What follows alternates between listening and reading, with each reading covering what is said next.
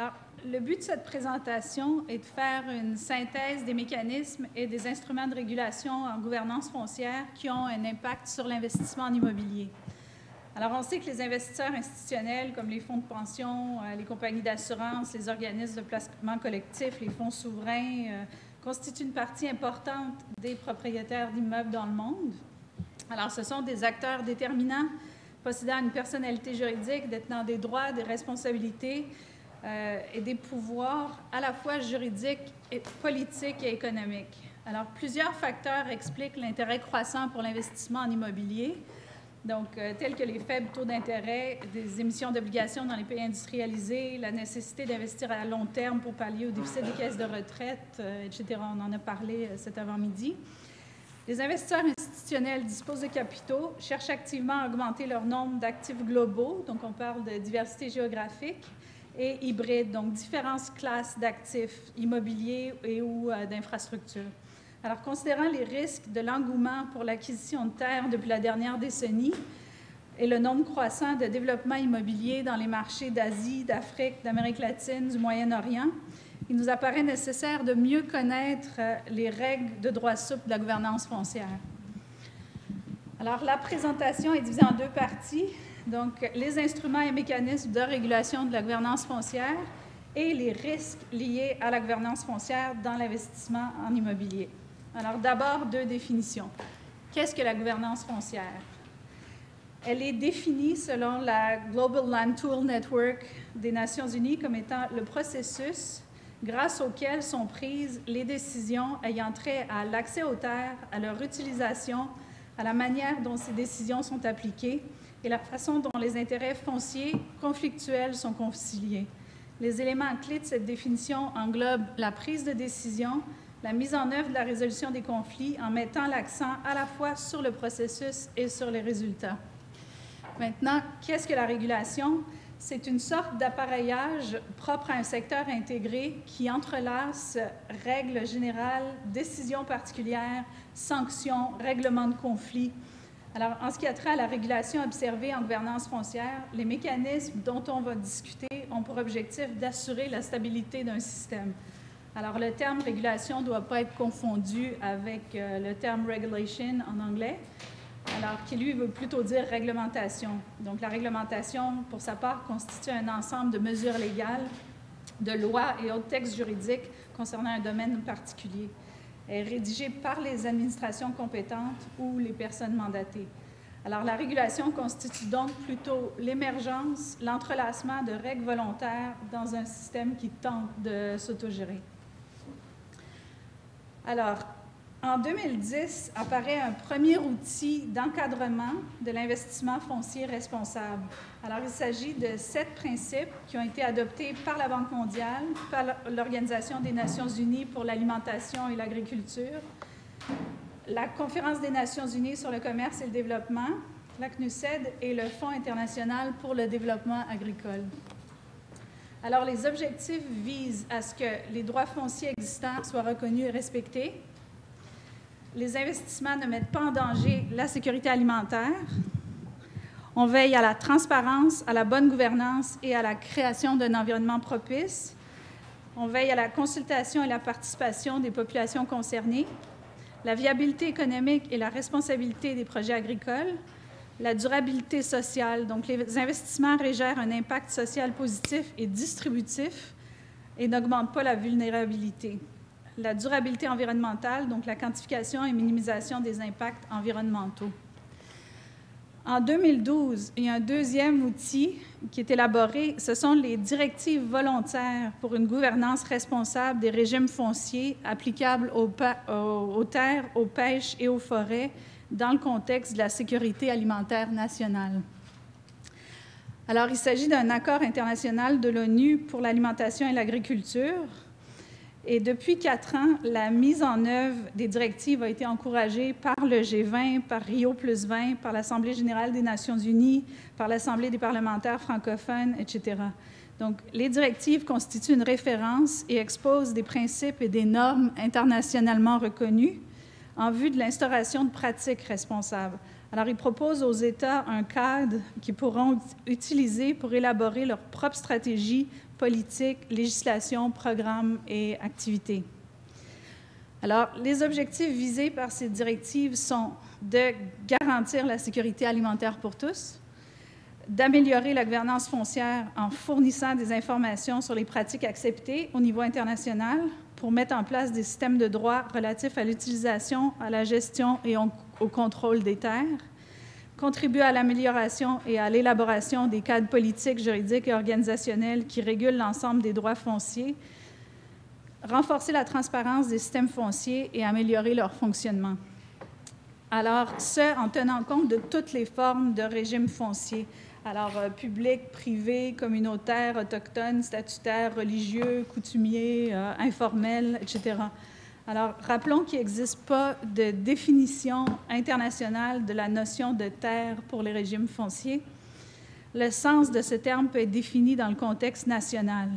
Alors, au Québec, il n'existe pas de définition non plus de la notion de terre. On parle plutôt de fonds de terre, alors, qui sont cependant régis par des séries de lois, règlements, tant provinciales que fédérales, qui en restreignent l'utilisation et en affectent la propriété. Donc, on pense à la loi sur les mines, par exemple, la loi fédérale sur les hydrocarbures, loi et règlements de l'Office national de l'énergie, etc. Alors, les objectifs des directives visent également à assurer la stabilité sociale, la sécurité en matière de logement, le développement rural, la protection de l'environnement. Renforcer la capacité de fonctionnement des organismes d'exécution, des autorités judiciaires, des collectivités locales, des organisations d'agriculteurs, de la société civile, du secteur privé, du monde universitaire et toute personne concernée par la gouvernance foncière en faisant la promotion et la coopération entre ces divers acteurs. Alors, il y a un troisième outil qui apparaît en 2013, qui est élaboré cette fois par la Banque mondiale. Alors, il s'agit d'un cadre d'analyse de la gouvernance foncière. Alors, le cadre d'analyse de la gouvernance foncière, c'est un outil de diagnostic qui permet d'évaluer le cadre juridique, les politiques et les pratiques en matière de foncier et d'utilisation des terres. Le cadre d'analyse se base sur un examen détaillé de toutes les données disponibles, qu'elles soient conceptuelles ou empiriques, concernant les expériences en termes de gouvernance foncière. Donc, c'est le Land Governance Assessment Framework, Conceptual Approach, Formulation and Methodology. Alors, ce sont plus de 21 indicateurs et plus de 80 dimensions clés qui ont été élaborées afin d'évaluer les politiques, les pratiques et les droits d'utilisation des terres. Alors, le cadre d'analyse de la Banque mondiale regroupe les rubriques en 5 grands thèmes. Le cadre juridique institutionnel, la planification et l'utilisation du sol, gestion des terres et fiscalité foncière, gestion des terres publiques, accès public aux informations foncières et résolution des litiges et gestion des conflits. Alors, on voit un tableau qui résume les dimensions clés de ce cadre d'analyse qui est disponible sur le site Internet de la Banque mondiale. On va faire un survol de la partie 1, donc de la grille, c'est-à-dire la partie du cadre juridique institutionnel. Ainsi, les développements récents de la régulation sur la gouvernance foncière influenceront les décisions d'investissement en immobilier et permettront de reconnaître les changements au sein des politiques nationales relativement à ces investissements et leur impact sur les propriétaires. L'investissement d'acteurs globaux dans le marché de l'immobilier soulève certaines problématiques concernant la compréhension des droits locaux, ainsi que les mécanismes de gestion et de gouvernance de la terre, la qualification juridique des actifs immobiliers, les droits de propriété et les pouvoirs qui en découlent. Alors, la loi reconnaît divers droits fonciers individuels et collectifs. Est-ce que les terres sont cartographiées? Est-ce que les droits sont enregistrés? Est-ce que les droits des femmes sont reconnus dans le système formel? On sait qu'il y a des conséquences dans plusieurs pays suite au mariage, veuvage, legs de terre qui peuvent mener à l'éviction, par exemple. Est-ce qu'on reconnaît les occupations, possessions de longue date? Est-ce que les preuves non écrites peuvent être utilisées pour prouver la légitimité des droits de propriété? Est-ce que les restrictions sont réalistes? Est-ce que le chevauchement des responsabilités est évité? Alors, vous entendrez dans la prochaine présentation de ma collègue Roanne pourquoi il est important de comprendre et de veiller à ce que les dynamiques publiques-privées, fonciers, financiers, apports de capitaux étrangers, droit local doivent s'arrimer. On comprendra l'importance des politiques publiques dans la planification de la gestion du foncier. Alors, maintenant, en ce qui a trait à l'investissement en immobilier, on sait que plusieurs investisseurs institutionnels, dont la Caisse de dépôt et placement du Québec, l'Office d'investissement du régime de pension du Canada et plusieurs autres investisseurs sont signataires des PRI, donc des principes pour l'investissement responsable de l'UNEP-FI et du Pacte mondial. On est alors dans un cadre international qui élabore des règles de bonne conduite pour les investisseurs. Alors d'ailleurs, on aura la chance d'écouter M. Hovorka nous en parler un peu plus en profondeur. Alors, au Canada, ce sont 63 organisations qui sont signataires des PRI. Il y a environ 1400 organisations signataires dans le monde, alors ce qui représente plusieurs dizaines de trillions de dollars d'actifs sous gestion. Alors, ces organisations se sont engagées à ce que les facteurs ESG soient pris en compte tout en assurant la performance financière. On est alors forcé d'examiner la qualification juridique des actifs immobiliers. On doit tâcher de comprendre non seulement l'interprétation qui est donnée aux droits de propriété, mais aussi aux mécanismes de leur reconnaissance. Alors, les droits de propriété relèvent de coutumes et de systèmes juridiques locaux. Ils diffèrent d'une juridiction à l'autre, d'où l'importance de bien connaître non seulement le cadre réglementaire local lié à l'immobilier, mais également la teneur et la validité des droits reconnus, en plus des mécanismes qui servent à les revendiquer.